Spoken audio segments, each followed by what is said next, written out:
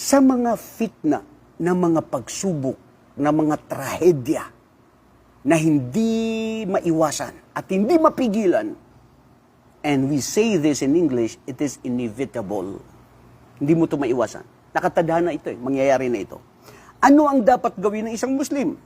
Kailangan panghawakan niya na siya ay magiging malumanay. Hudu. Ang hudu, ibig sabihin, yung malumanay ka. Yung kalma ka lang, bro. Hindi yung, naunsa na ni.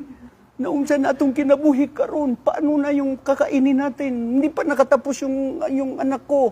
Buntis pa si misis, hindi ko pa nakita yung anak ko. Mamamatay na tayo. Ya Allah, ano na ito? Astaghfirullah. Masyado kang nangangamba. Pero hindi mo pinangangamba ano ang ugnayan mo sa Allah, bro. Kung ikaw ba ay mahal ng Allah, ikaw ba ay totoo sa pananampalataya mo, ikaw ba isinagawa mo ang mga pagdarasal mo sa tuwing araw at gabi na 5 beses isang araw sa Allah? Nangangamba ka sa nangyayari sa mundo pero hindi ka nangangamba pag ikaw ay namatay doon sa libingan mo na wala kang makakasama, wala kang makakausap. Tanging mabuting gawain mo lang ang iyong kasama sa iyong libingan at lalong na sa araw ng paghukom.